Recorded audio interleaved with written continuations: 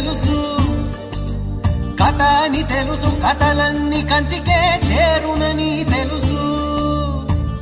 తెలుసు తెర తొలుగుతుందని, తెలుసు తెల్లారుతుందని, తెలుసు ఈ కట్టె పుట్టుకుమంటదని, తెలుసు ఈ మట్టి మట్టిలో కలిసిపోతదని.